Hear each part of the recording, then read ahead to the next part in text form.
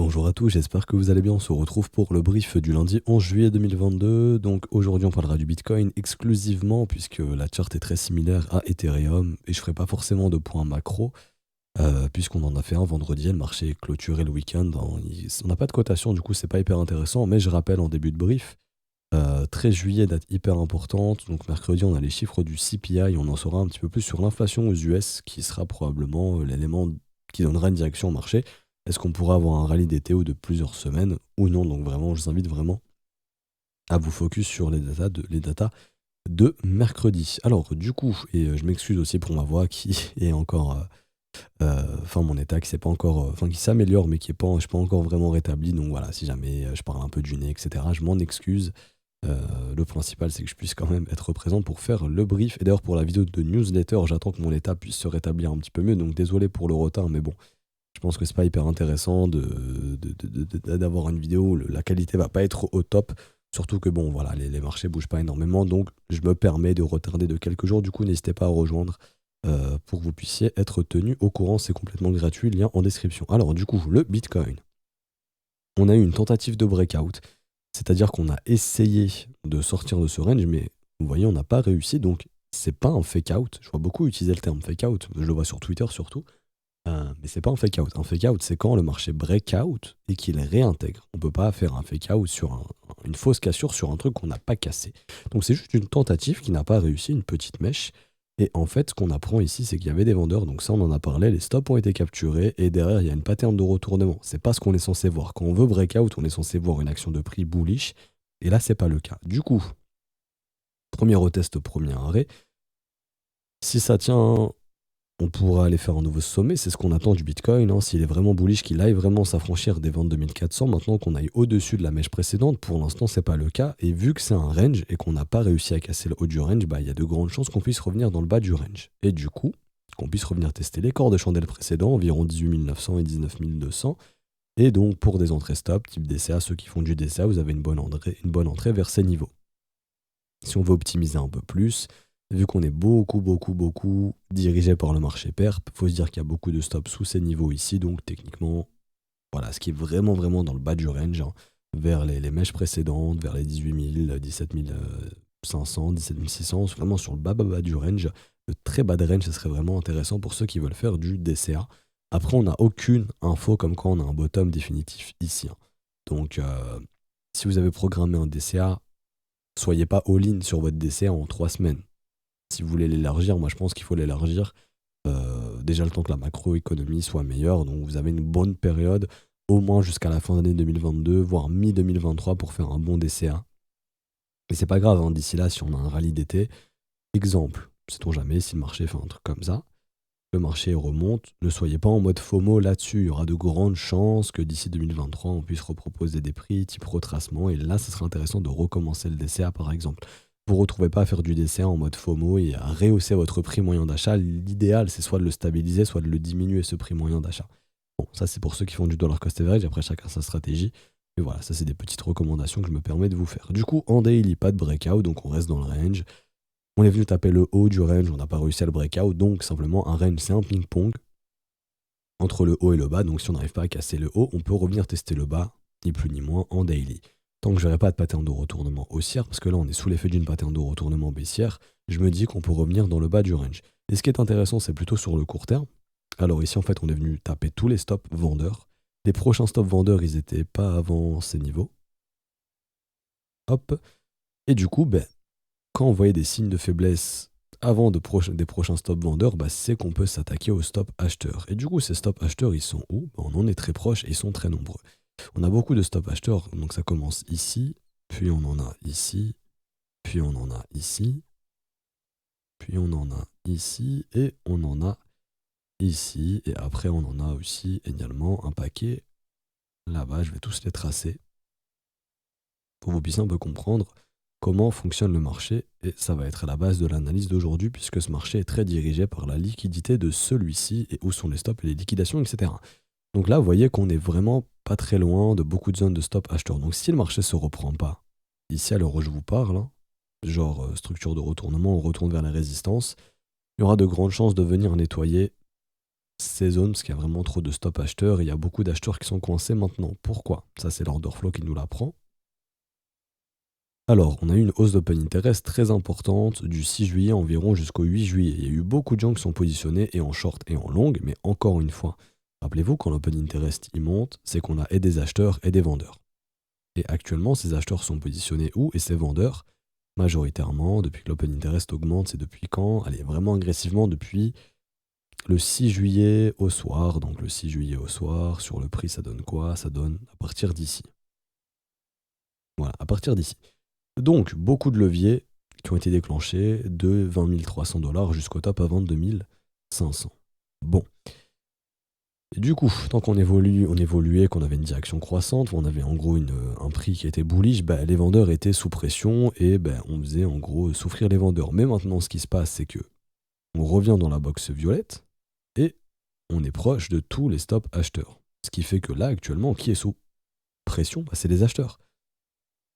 Puisqu'on est revenu à leur prix d'achat, pour la grande majorité, voire dessous, et que bah, là, on les menace de leur chasser tous leurs stops, comme on l'a vu, juste ici. Donc vraiment, si le marché se reprend pas là où il est, vers 20 300, bah, derrière, il y a une grande chasse au stop qui nous attend. Et ça, au moins, je dirais au minimum jusqu'à 19 700. Après, il y a un petit trou, il n'y a plus trop de stop. Et si on ne s'arrête pas ici, la prochaine zone de stop, elle est pas... Enfin, en gros, voilà. Si on ne s'arrête pas entre 19 700 et 19 200, il y a de grandes chances d'aller sous 18 500 ensuite pour chasser vraiment tous ces stops. Parce qu'il y a trop d'acheteurs qui sont rentrés et des vendeurs aussi. Mais les vendeurs, ça y est, ils ont été chassés. Et pour le coup, on voit le prix descend. Donc là, vous voyez, on dump, on revient dans la box violette, le ratio short, il descend. Donc là, les vendeurs, eux, ils en ont profité pour se barrer. Du coup, il reste en majorité qui dans cette box violette? Les acheteurs. Et les stops, ils sont sous nous. Donc s'il n'y a pas de signe de reprise, c'est une chasse au stop qui nous attend. Du coup, au minimum 19 700. Et si entre 19 700, on avait dit, et 19 200, il n'y a pas de signe de retournement, c'est direction très très probablement sous les 18 500. Donc un retour dans le bas du range, tout simplement. On est venu taper le haut, on reviendra taper le bas en sortant tous ces acheteurs ici. Parce qu'en gros, c'est le même raisonnement. Tous les vendeurs, ils ont été sortis ici. Là, vous regardez, mais on est venu littéralement sortir tous les vendeurs. Une fois qu'ils ont été sortis, perte de force, on s'attaque aux acheteurs. On est dans ce marché actuellement. On est vraiment dans un marché qui chasse les liquidités dans les deux sens. Et du coup, bon, bah, c'est ce qui fait qu'on pourrait nettoyer les acheteurs. Et là, on regarde rapidement.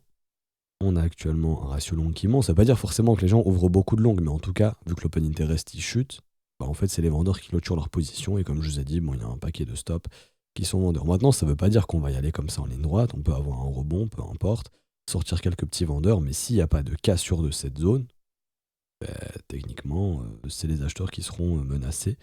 Et on ira les chasser. Du coup, faites très attention. Si vous êtes en train de vous dire c'est le dip, faut acheter le Bitcoin tant qu'il est au-dessus des 20 000, faites très très attention parce que vous vous positionnez là où la majorité se positionne également et où ils sont en train de foutre leur stop. Donc, pour penser acheteur, il faudrait attendre possiblement soit une cassure ici, okay, ou alors simplement que tous les acheteurs d'ici se fassent nettoyer. Voilà. Pour se dire, ok, eux, ils sont out, tout comme les vendeurs ont été out ici. Donc là, il y a beaucoup qui shortaient sur la montée. Ben, on est venu bouffer leur stop. Une fois que leurs stops ont été bouffés, on se retourne dans l'autre sens. Bah, du coup, on pourrait penser de la même manière, comme ça, tout simplement. Ok. Ou alors, bah, tous les stops ici. Hein. Donc là, c'est vraiment, on sort tous les acheteurs et dès qu'on a un truc comme ça, ok, pas de problème. On est vraiment dans un marché qui fonctionne comme ça, surtout en été, qui est moins liquide. Et du coup, c'est un peu plus facile d'aller chasser des zones qui sont assez intéressantes. Et petit cadeau, c'est ce que j'envoie aux élèves tous les matins. Et on a aussi encore beaucoup de liquidations à venir chercher sous les 20 000. Donc c'est ce qui fait qu'on pourrait venir chercher ces liquidations. Il y a aussi beaucoup de shorts qui se sont construits en liquidation vers les 22 000. Ça, faut pas se dire il n'y aura pas de rebond. Un rebond est possible, bien évidemment, voire une reprise acheteuse, mais à ce moment-là, il faut vraiment des signes de force et péter la résistance. On en est loin pour l'instant. Du coup, s'il n'y a pas une grosse session américaine haussière aujourd'hui, sait-on jamais, et que bah, la session est plutôt baissière, voire neutre, lui, le Bitcoin, bah, pour écouter un maximum de gens, ce serait probablement au sud qu'il faut aller. En tout cas, c'est ce que nous disent les informations d'order flow, et c'est un petit peu aussi ce que nous dit l'action du prix actuellement, hein, où il n'y a pas encore de signe de retournement. Je fais un petit point rapide au niveau du momentum, et on s'arrêtera ici, c'était vraiment une mise à jour rapide. Lui, le momentum nous apprend que on commence à diverger un petit peu. Donc, en H1, on commence à récupérer un petit momentum haussier, possiblement. Donc, momentum bull, à venir si les diffs se forment, et ça c'est ce qui pourrait justement justifier un rebond. Pas forcément une reprise d'acheteur à proprement parler. Bon, c'est vrai qu'on est sur un niveau important, on va le noter aussi ici, mais on est sur le premier arrêt, avec de la divergence, donc ça c'est ce qui pourrait justement justifier un rebond. Maintenant, à voir si ça permettra de former un bottom ou pas, ça encore une fois ça reste à voir. Et on va regarder en H4 aussi rapidement. Alors H4 par contre c'est plutôt un momentum qui est bearish ici suite à ce M et à cette grosse divergence. Donc H4 momentum bearish, toujours l'unité de temps plus élevée prime. Donc voilà, c'est en gros l'idée, ce serait ici H1 un rebond. On sort un petit peu de vendeur avant d'aller s'attaquer à tous les stops des acheteurs. C'est possiblement, à part si on a une grosse session US haussière, hein, mais s'il n'y a pas de grosse session US haussière, je pense que c'est ce qui peut nous attendre aujourd'hui avant de s'attaquer aux acheteurs, sortir un petit peu de vendeur. Donc jouer le rebond suite à la divergence et ensuite aller s'attaquer aux acheteurs pour avoir un retour dans le bas du range. Si jamais c'est pas le cas et qu'on revient breaker les 22 500, bon bah après derrière ça peut confirmer le début d'une bonne dynamique haussière. Si les chiffres du CPI sont bons mercredi, ok, pas de problème, on dip pas moins, on retourne vers les résistances, on les casse et on a un retracement d'été. Et idéalement, ce qui serait par contre hyper intéressant, c'est qu'avant mercredi, on vienne nettoyer toutes les liquidités. En gros, qu'on vienne ici. Mercredi, les chiffres du CPI sont bons, donc le S&P se reprend et du coup, le Bitcoin se reprend. Et là, on aura sorti tous les acheteurs. Là, littéralement, on pourrait aller défoncer tous les stops des vendeurs derrière. Et là, ça pourrait aller très vite et on pourrait remonter très très vite. Surtout si les gens sont très très bearish. Mais ça, encore une fois, ça dépendra de l'évolution du sentiment également.